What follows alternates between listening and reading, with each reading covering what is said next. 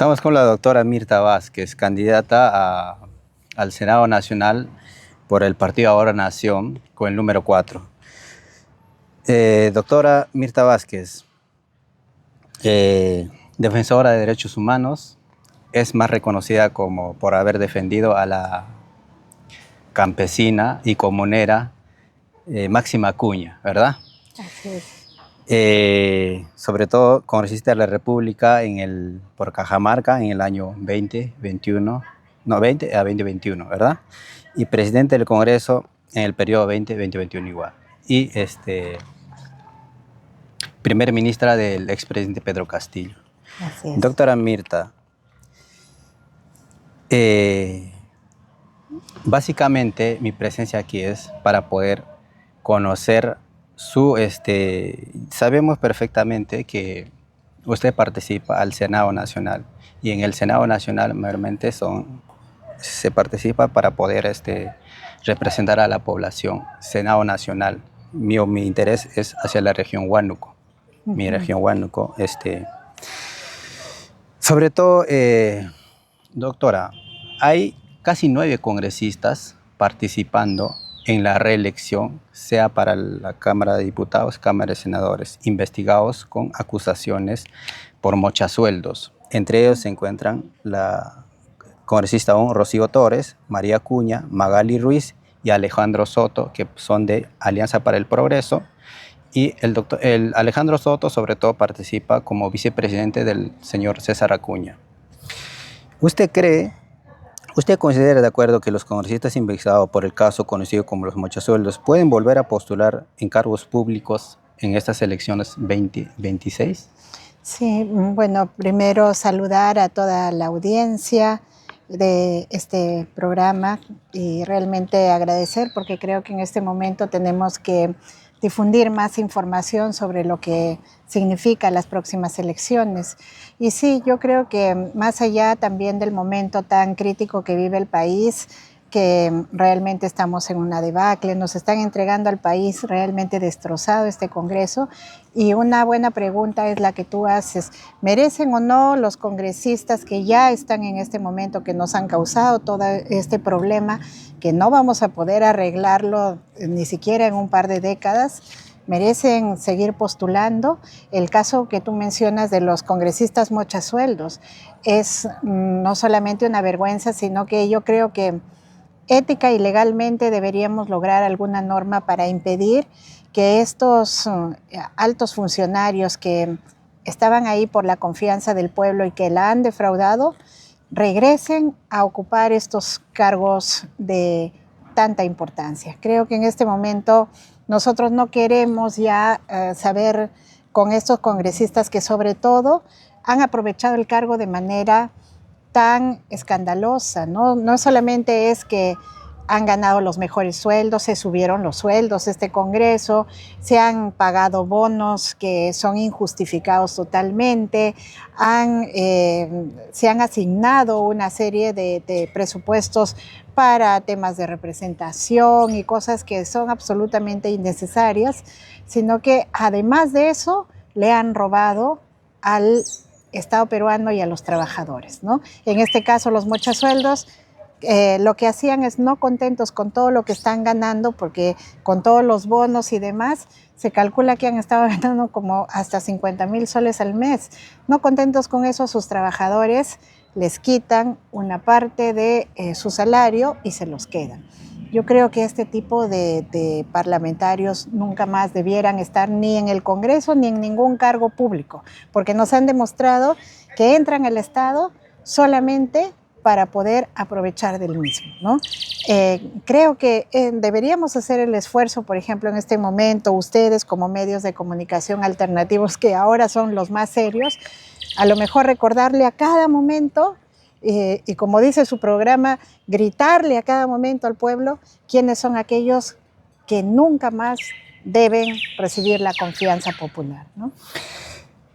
¿Y qué medidas legales o políticas propondría usted una vez llegada al Senado para poder, hay personas que en comisión de ética fueron salvadas, o comisión de ética manejada por este parlamento y por lo que llamamos el pacto mafioso, ¿no?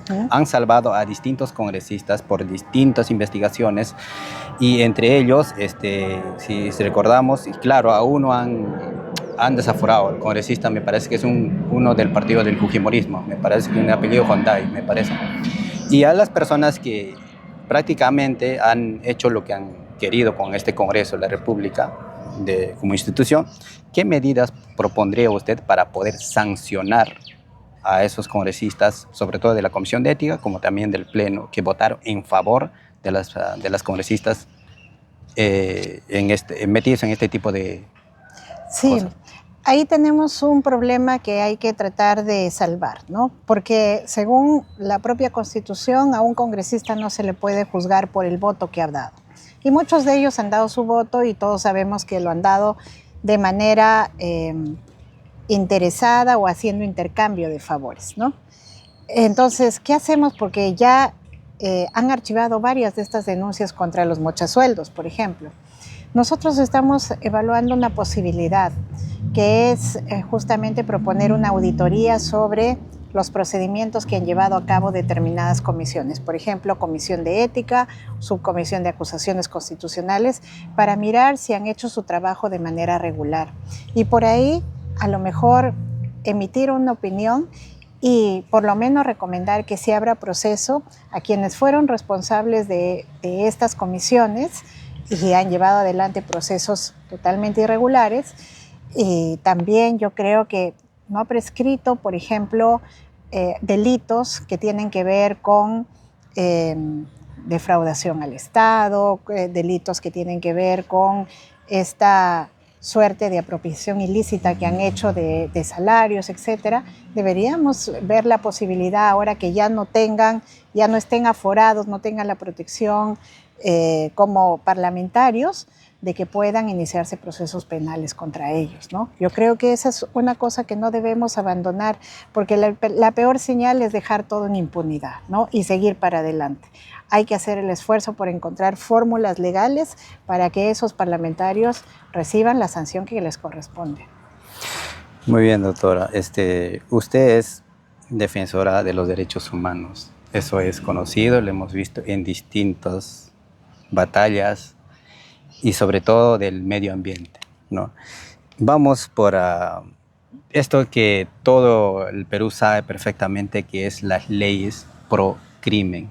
Entre ellos la ley 32.118, 32.130, que básicamente, entre otras leyes, que ahorita no lo tengo aquí, entre otras leyes que más favorecen al crimen organizado, sea de crimen organizado callejero, como también al crimen organizado de cuello y corbata. Entonces, una vez llegado al Senado, doctora, ¿qué medidas usted propondría para poder derogar, si es que así se puede, estas leyes pro crimen que tanto daño han hecho a la población y le siguen haciendo? Ayer nomás vimos 2 buses prácticamente incendiándose y otro chofer de la empresa Santa Catalina asesinada. Sí. Entonces, ¿qué medidas tomaría usted, doctora, sobre esas leyes? Hay un paquete legislativo que por lo menos hemos identificado 8 leyes que lo que hacen es favorecer directamente el crimen organizado. Entre ellas esta ley que, por ejemplo, quitó al delito de extorsión para que sea calificado como organización criminal. La otra ley que tiene que ver con los allanamientos, tenemos la ley que lo que hace es impedir la colaboración eficaz, tenemos la ley que lo que hace es impedir que los bienes que son incautados producto de delito finalmente se les devuelvan a los delincuentes. Tenemos la ley incluso que lo que hace es entregarle la conducción de la investigación a la policía, que es una policía que está muy infectada con la corrupción. Tenemos una serie de leyes de esa naturaleza. ¿Qué hacemos? Yo creo que lo primero que hay que proponer es la derogación de esa norma. Eso lo tienen que proponer los parlamentarios de la Cámara de Diputados. Nosotros por eso es que queremos lograr un grupo de parlamentarios de nuestro partido que haga la propuesta de derogación de la norma. ¿Quién decide finalmente si esas normas se derogan o no? Es el Senado. Y en eso yo estoy absolutamente comprometida a que nosotros estamos en la propuesta de la derogación total de esas normas. Algunos dicen, hay que discutir, hay que mirar si realmente estas normas perjudican o no. Creo que ya no, a estas alturas tenemos suficientes evidencias, incluso el propio Ministerio Público nos ha presentado las evidencias de que estas normas lo que hacen es favorecer directamente al crimen, y no solamente las evidencias de lo que dice la Fiscalía, sino esto que usted acaba de mencionar, ¿no? Que ahorita miren cómo ha subido el crimen en nuestro país y cómo todos los días se agudiza esta situación. Matan a los choferes, han incendiado un vehículo de transporte público. ¿Qué estamos esperando? ¿Darle más beneficios a estos delincuentes? No, yo creo que la derogación es una medida absolutamente urgente y necesaria para luchar contra el crimen, pero también necesitamos tomar otras medidas complementarias porque no va a ser suficiente. Por ejemplo, en este momento también tenemos que entrar a un proceso de lucha contra la corrupción en uno de los órganos que son fundamentales para la lucha contra el crimen, como la policía, por ejemplo. Si no reformamos la policía, no vamos a poder luchar contra el crimen. Y la reforma no es un proceso que se haga de inmediato, pero por ejemplo, empezar cambiando el órgano de control y sanción policial, que ahora es una inspectoría que en realidad no sirve para nada, y por eso es que hay muchos policías que siguen involucrados en organizaciones criminales y no les pasa nada. Eso por lo menos hay que entrar a reformarlo de inmediato, ¿no? Por ejemplo, ayer en una entrevista escuché al señor Elio Riera, que me parece que está participando a la Cámara de Diputados por Alianza para el Progreso, que defendía a capa y espada, no solo él, sino hay otros abogados a los que mayormente la población identifica como abogados del pacto, como el señor Humberto Abanto, el señor Elio Riera, en este caso que te menciono precisa, defendían a capa y espada la ley pro crimen. ¿Qué reflexión se merece sobre eso? Hay que hacer una diferenciación. Yo creo que en este momento también hace falta que la ciudadanía seamos conscientes de qué actores tenemos en la política. Porque antes pensábamos que solamente hacen política los que están en partidos, etcétera. Ahora hay operadores políticos y un grupo de abogados se han vuelto los operadores políticos de esta mafia corrupta. Y tenemos ahí que identificarlos. Miren todos los abogados, no solamente penalistas, sino constitucionalistas, que defienden al pacto, a los criminales, a sus socios. Esos son los que salen a defender las leyes pro crimen. A esos señores hay que saber que lo que dicen en realidad no es una postura jurídica, es una postura política para favorecer a quienes ellos sirven, ¿no? Finalmente esta gente está sirviendo a este pacto corrupto y no hay que mirarlos como los expertos, como los abogados, como los juristas. Hay que mirarlos como los operadores políticos de un pacto, ¿no? Doctora, en el año 2022 y finales de 2022, inicio del 2023, lamentablemente en el país hubo situaciones muy lamentables, sobre todo en el sur del país. 50 personas fallecidas a todo el nivel nacional. Y en estos momentos, prácticamente casi por la opinión pública, tal vez no por muchos, está olvidada la persona quien perpetró eso. Menciono Dina Boluarte, Alberto Tarola, el señor Angulo, quienes iniciaron con esto. Una vez usted llega a la Cámara del Senado, sabemos perfectamente que el Congreso de la República ya archivó las denuncias constitucionales, tanto como de la señora Dina Boluarte como del señor Alberto Tarola. Claro, hay personajes y abogados que salieron prácticamente a aplaudir esto, y hay sectores, y prácticamente estos deudos en estos momentos se encuentran sin justicia. La pregunta es, ¿qué propondría usted con respecto, sobre todo a estos dos personajes, Alberto Tarola y Dina Boluarte? Sí, yo sigo en la propuesta de que tenemos que hacer una auditoría de cómo se han llevado adelante estos procesos, ¿no? porque si hacemos una auditoría de cómo ha actuado la Subcomisión de Acusaciones Constitucionales, yo creo que podemos encontrar varios vicios de la manera como ellos han archivado estos casos. Si se logra con una auditoría saber que esos casos han sido archivados de manera ilegal, es decir, sin seguir determinados procedimientos, podríamos volver a proponer que se revisen esas denuncias constitucionales. Ahora, una cosa que sí hay que tener en cuenta es que también en el Congreso han archivado los casos para no levantarles el fuero. Pero pasados unos años, como el delito no prescribe, tenemos la posibilidad de seguir los procesos penales contra estas personas que creo que de todas maneras tienen que ser sancionadas. Igual nosotros tenemos la posibilidad de llevar esto al Sistema Interamericano de Derechos Humanos, porque encima del Congreso, el Estado peruano, por encima de eso están las normas y estándares internacionales, y yo creo que en fueros de ese nivel, supranacionales, podemos seguir los casos contra esta gente que creo que definitivamente no puede quedar impune. Lo que ha sucedido en nuestro país es demasiado grave como para que finalmente quede en el olvido. Ese es uno de los compromisos también nuestros. Si no hay justicia, si no hay reparación, si no logramos resarcir el gravísimo daño que se ha generado, sobre todo para nuestros hermanos del sur, para la sociedad en general, no vamos a poder reconstruir el país, ¿no? Este Congreso de la República prácticamente ha desestabilizado el país. Usted participa al Senado Nacional, pero sin embargo en algunas declaraciones le escuché a usted que estaba en contra de la bicameralidad de este Congreso de la República, pero usted participa al Senado. Pero se entiende que si no es usted, hay pocas personas conocidas que hoy por hoy, por ejemplo, usted, la señora Ruth Luque, que lamentablemente la señora Flor Pablo no está participando. Digo lamentablemente porque yo considero que es una buena política, una buena profesional. ¿Usted cree que este Congreso de la República prácticamente a la población que en el año 2018 el 80% de la población le dijo no a la bicameralidad, le dijo no, le dijo sí a las PASO, que hoy las PASO no existe prácticamente para que este pacto, unos cuantos políticos sobre todo, que hoy se encuentran arriba, han decidido eliminarlos todos?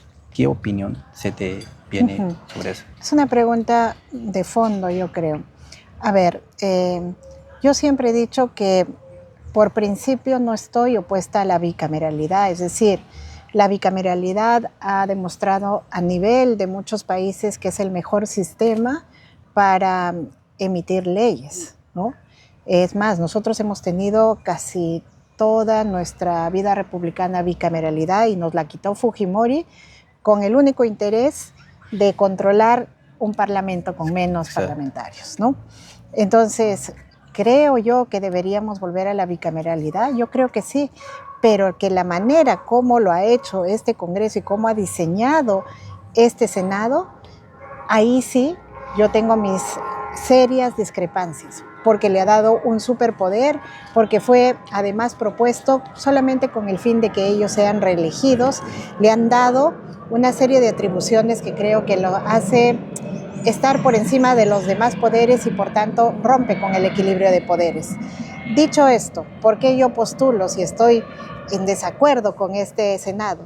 Porque por desgracia, la única forma de modificar, incluso rechazar o proponer que haya un referéndum para que, si la gente no lo legitima, este Senado desaparezca, es estando ahí.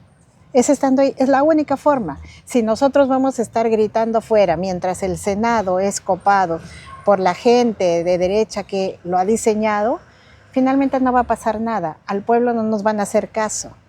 Y creo que hay que llegar a esas instancias por una postura estratégica también, ¿no? Y desde ahí muchas veces es necesario estar en el lugar para poder replantear, de acuerdo a lo que nosotros pensamos, lo que debería ser la composición del Estado o lo que debería ser un Senado realmente a favor del país, ¿no? Claro, justamente lo que usted dice tiene bastante razón, porque últimamente, desde el 2023, protestas y protestas y protestas, y el Congreso ha venido haciendo lo que quiere, lo que le conviene. Yo considero prácticamente que es por protegerse entre ellos, proteger o ganar terreno, como sabemos perfectamente, este pacto mafioso ya tomó todas las instituciones. Si es que algo nos quedaba del Ministerio Público, prácticamente ahora lo tiene Tomás Aladino Alves, Todo, sí. que de eso vamos a hablar en unos instantes.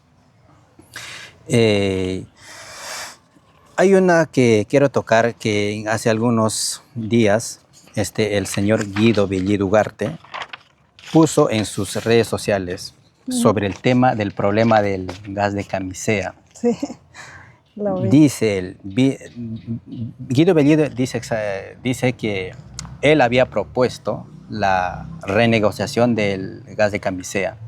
Ya por proponer eso, que al expresidente Pedro Castillo lo pidieron que lo saca a él. Pero llega la doctora Mirta Vázquez y prácticamente no hace nada sobre eso. Eso es lo que trata de entender, pero no le dice la palabra, ¿entiendes? Sí, ¿Qué gracias por la pregunta, porque tanto el señor Bellido como el señor Cerrón, que vienen de la misma línea, me parece que son unos mitómanos consumados, ¿no? Todo el tiempo están mintiéndole a la gente, al pueblo, se mienten ellos mismos. Miren, el señor Bellido tuvo meses en la presidencia del Consejo de Ministros y pese a que eso era una demanda, nunca hizo nada para proponer la renegociación del gas de camisea. Dicho esto, él sale el 6 de octubre, sí. Yo entro. Fíjense ustedes en las normas del peruano, fíjense ustedes en las noticias que todavía quedan en redes. El día 7 de octubre yo instalo la comisión de renegociación del gas de camisea. Sí. Y eso queda en redes, eso él no lo puede borrar, puede decir mil cosas, pero no le va a poder engañar a la información que todavía queda.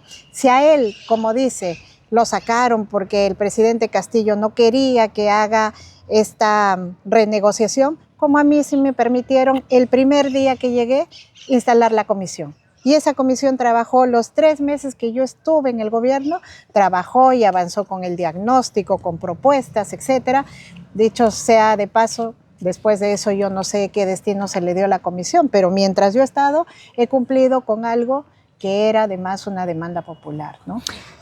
Doctora, este gobierno prácticamente con este desastre de este producto tan importante que es el GNV para el transporte, para el uso doméstico, este gobierno prácticamente no ha hecho nada. Prácticamente ha tratado de mandar a los niños a las clases virtuales, cosa que yo como padre estoy de acuerdo totalmente.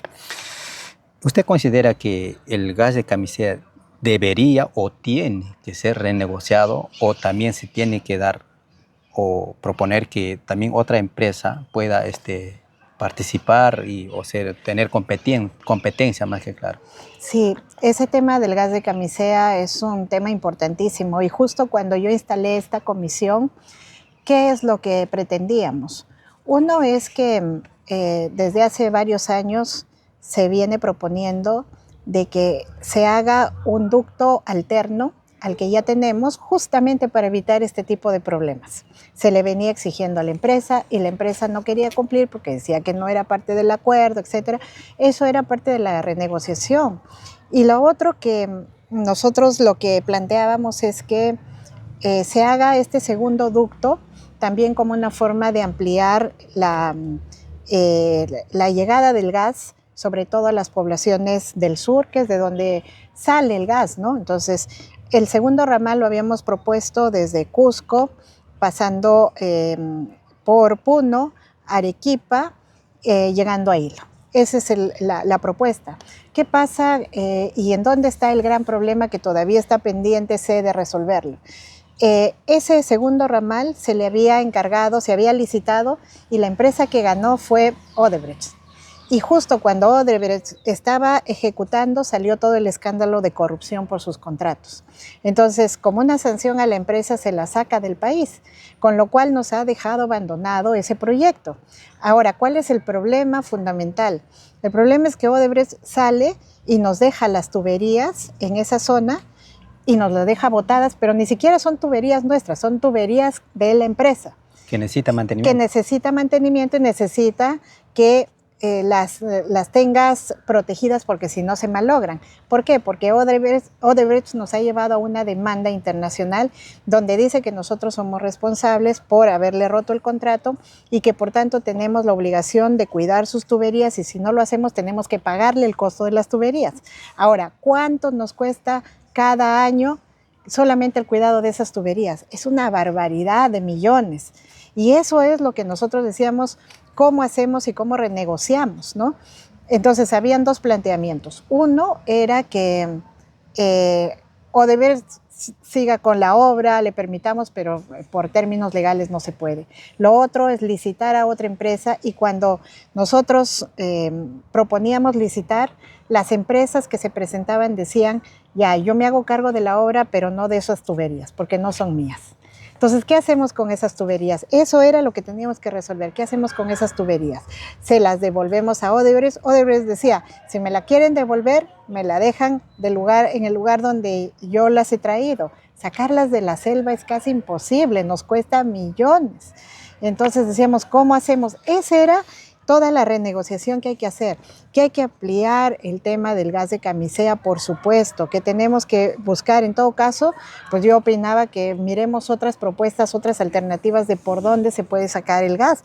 Eso es lo que hay que trabajar, porque miren, y una cosa de fondo que hay que trabajar es la matriz energética. Siempre vamos a depender de este ducto. Ahora se está diciendo, por ejemplo, lo del petróleo. Nosotros nos vamos a deshacer de nuestra empresa petrolera porque dicen que ya está quebrada y no hay nada que hacer, cuando estamos justo en un escenario de crisis mundial donde lo privado no nos va a asegurar la provisión de petróleo. Tenemos que discutir el tema de la matriz energética en el país, ¿no? ¿Y cuál es la propuesta del candidato Alfonso López Chao con respecto a ese tema? Mira, esta es una postura de él. Todavía dentro del partido lo estamos discutiendo, pero él decía, faltan, me parece, 2 años para que esta empresa, TGP, termine su contrato. Entonces, terminado el contrato, licitemos para que venga otra empresa y licitemos para que haya una empresa que también nos construya el segundo ducto, ¿no? ¿Por qué? ¿Por qué plantea eso él? Y tiene de alguna manera lógica, ¿no? Porque si ahorita rompemos el contrato con TGP, podríamos discutir ahora con lo del accidente y todo esto, pero nos va a llevar a una demanda bastante... Que ya el Perú ya lo tiene muchas. Claro, y ya el Perú tiene demandas por todo lado. Entonces, esa es un poco la postura de él. Ahora hay que discutirlo más técnicamente, me parece pertinente, pero es un tema que sí tenemos que abordar, ¿no? Doctora, el Tribunal Constitucional, elegida por este Congreso y por sí, ¿cómo es la vía, no? Y dirigido por el actual presidente Balcázar, esa comisión, prácticamente ha hecho un beneficio al pacto mafioso. Patricia Benavides, Daniel Urresti, Congreso de la República, el entorno político del fujimorismo. Sabemos perfectamente, este Tribunal Constitucional ha validado el indulto al exdictador Alberto Fujimori. El Tribunal Constitucional anuló la destitución de la Junta Nacional de Justicia, la verdadera, ¿no?, al señor Martín Hurtado Reyes, a Tomás Aladino Gálvez, fiscal de la Nación interino actual, Luis Arce Córdoba, al ex magistrado del Jurado Nacional de Elecciones. La destitución estaba vinculada mayormente al caso de los cuellos blancos, del puerto, y este Tribunal Constitucional prácticamente casi, a la mayoría a excepción del señor Inostroza, al prófugo, ha colocado nuevamente en el sistema de justicia y de esa manera se consumó el pacto que ha vuelto a tomar al Ministerio Público. ¿Usted cree que este Tribunal Constitucional está pagando favores políticos porque a ellos le pusieron ahí? Sin duda, no solamente favores políticos, ya el Tribunal Constitucional se ha desnaturalizado completamente y se ha vuelto el brazo legal de esta organización mafiosa, coalición mafiosa que tenemos en el Perú. Es el brazo legal, miren todo lo que está haciendo. Ha liberado y ha dejado en impunidad todos los delitos de los líderes, de sus principales socios, digamos, de cada partido, ¿no? Ha dejado libre, pues, prácticamente de Vladimir toda... Cerrón hace poco. Claro, está desde Keiko Fujimori, el señor Urresti, ahora viene el señor Cerrón, ha puesto a todos los cuellos blancos otra vez al frente del sistema de justicia, ha destituido ha opinado por la destitución de la Junta Nacional de Justicia, etcétera. O sea, esto no se puede llamar Tribunal Constitucional, lo menos que está respetando es la Constitución. Se está pasando por encima una norma tan importante como la Constitución. Yo creo que frente a eso hay que hacer dos cosas. En el nuevo Parlamento queda la tarea de iniciar denuncias constitucionales contra los miembros de esta importante institución, instancia del Estado, porque así se podrá fiscalizar por qué han dado este tipo de resoluciones que son contrarias totalmente no solamente a la que lesionan la propia Constitución, sino las normas internacionales, los estándares, echan por la borda todo lo que son pronunciamientos incluso de su propia institución, jurisprudenciales, ¿no? Creo que hay que iniciar varias de estas denuncias constitucionales. Creo que también hay que proponer la reforma de la elección de estos miembros, porque no puede ser que siga en manos del Congreso de la República. Hay que hacer una propuesta, por ejemplo, desde mi perspectiva, el Tribunal Constitucional debe ser elegido 3 por cada uno de los poderes, ejecutivo, legislativo y judicial. ¿No? Eso funciona en algunos países. Pero además yo creo que hay que hacer una auditoría sobre también una auditoría constitucional para ver cuáles de estas sentencias en realidad son las que están siendo contrarias al Estado de Derecho, ¿no? Yo creo que es imprescindible echar atrás también las decisiones que han tomado. Me parece que hay que hacer el control de convencionalidad, es decir, compararlo y cotejarlo con los compromisos internacionales para evidenciar que son sentencias que en realidad vulneran todos estos principios, ¿no? Sobre todo, doctora, usted está participando para llegar a la Cámara de Senadores. Un importante es que usted del Senado son los que se van a encargar de elegir al defensor del pueblo, a los magistrados del Tribunal Constitucional, me parece también entre otros, que ahorita no al representante, al presidente del BCR y a sus miembros, sobre todo. ¿Usted cree que qué tendría que pasar o qué se debería hacer? Porque sabemos perfectamente el mandato de estos tribunos del Tribunal Constitucional aún falta para que vencen algunos años más. ¿Y qué tendría que hacer para poder sacar a estos magistrados? Porque prácticamente usted propone, el pueblo, una ley que sea el Tribunal Constitucional con una demanda competencial, con una demanda de inconstitucionalidad, este Tribunal Constitucional se puede traer abajo esas leyes. A ver, una cosa importante frente a eso es que creo que tenemos que revisar el nombramiento de quienes están en el Tribunal Constitucional, porque creo que haciendo una revisión de cómo ha sido su nombramiento podemos encontrar todos los vicios que se cometieron y podríamos plantear la nulidad de esa elección, ¿no? Sí, es fundamental. Ahorita que este tribunal no siga con esa composición. Igual las denuncias constitucionales pueden ayudar en ese sentido porque hay miembros del Tribunal Constitucional incluso cuestionados porque no cumplieron con requisitos, etcétera, o que han cometido irregularidades. Entonces, Sí, esa sería otra fórmula, pero lo claro está que no podemos seguir con esta composición, porque toda cosa que llevemos adelante, este pacto y este Tribunal Constitucional básicamente lo que va a hacer es tratar de resolver con cálculo político y no defendiendo justamente lo que les toca, que es la Constitución, ¿no?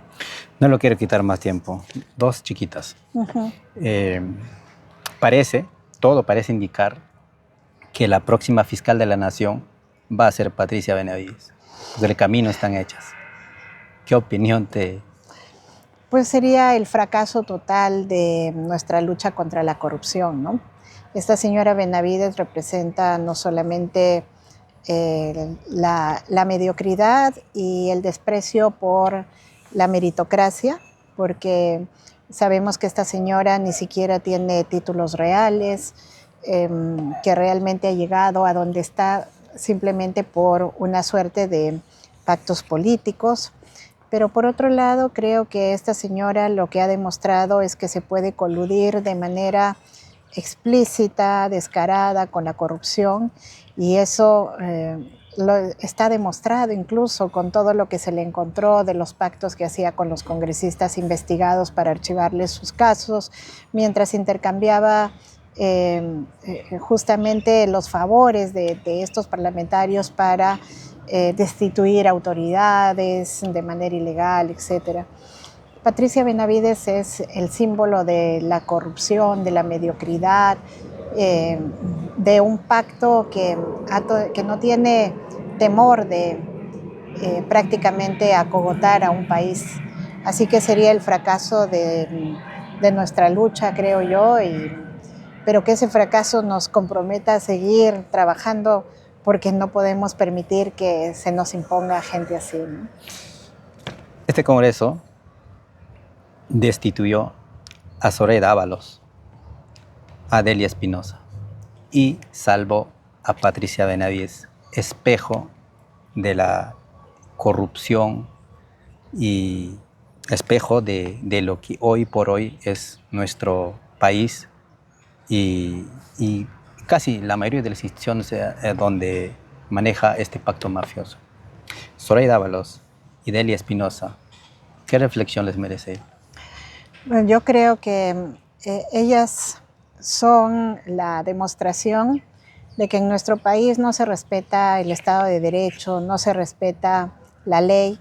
Lo que realmente prima es la fuerza autoritaria de los votos. Ellas fueron destituidas de manera arbitraria, absolutamente arbitraria, injustificada, abusiva, y creo que es como la muestra de que nuestro país ya ha abandonado el Estado de Derecho, que tenemos autoridades que no representan el respeto por la ley, sino que simplemente lo que hacen es el ejercicio abusivo del poder, con lo cual incluso pisotean lo justo, pisotean lo legal, ¿no? Doctora, ahí tiene la cámara para poder dirigirse a la gente sobre su candidatura. Solamente para decirles que este próximo 12 de abril no va a ser una elección cualquiera. No vamos a ir solamente a elegir a nuestras nuevas autoridades. Vamos a elegir si nos quedamos gobernados con este pacto corrupto o por fin el país le dice basta. Con nuestro voto es como podemos luchar. Una primera cosa es que tenemos que tener en claro que no podemos volver a darle la confianza a estos partidos que nos han causado este desastre, que nos han llevado a ser un país fallido, un Estado fallido. Castiguémoslo con el voto. Y por lo demás, elijan opciones que sean democráticas y que lleven en sus filas a gente que ha demostrado una trayectoria por la lucha contra la corrupción y por el compromiso con las demandas del pueblo. Yo soy Mirta Vázquez, postulo al Senado Nacional, voy con el número 4 por el partido Ahora Nación. Recuerden, por el Senado Nacional pueden votar cualquier persona indiferentemente de la región en donde se encuentren. el número 4, por ahora Nación, para el Senado Nacional. Muchas gracias, doctora. Gracias a ustedes, chicos.